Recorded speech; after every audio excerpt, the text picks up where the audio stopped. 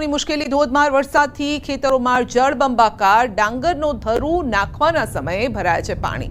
તો વરાપ ના થતા વાવણી કરવી મુશ્કેલ બની છે. 2 દિવસમાં જિલ્લામાં 4 ઇંચથી વધુ વરસાદ છે.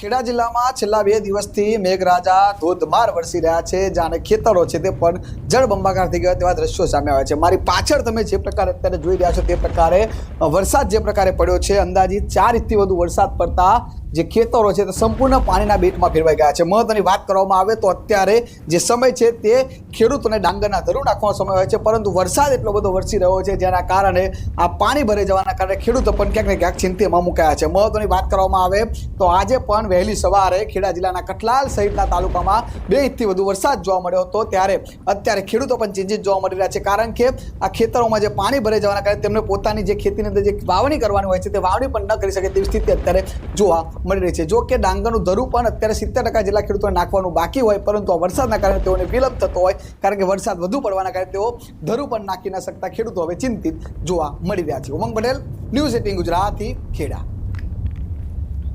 સુરત જિલ્લામાં સવારથી જામ્યો છે વરસાદી માહોલ. મહુવા, બારડોલી, ઓલપાડ, માંગરોળમાં વરસાદ છે. ઉમરપાડા, માંડવી, કામરેજમાં પણ વરસાદ છે અને ભારે વરસાદથી મહુવાની અંબિકા નદી 2 કાંઠે વહેતી થઈ છે.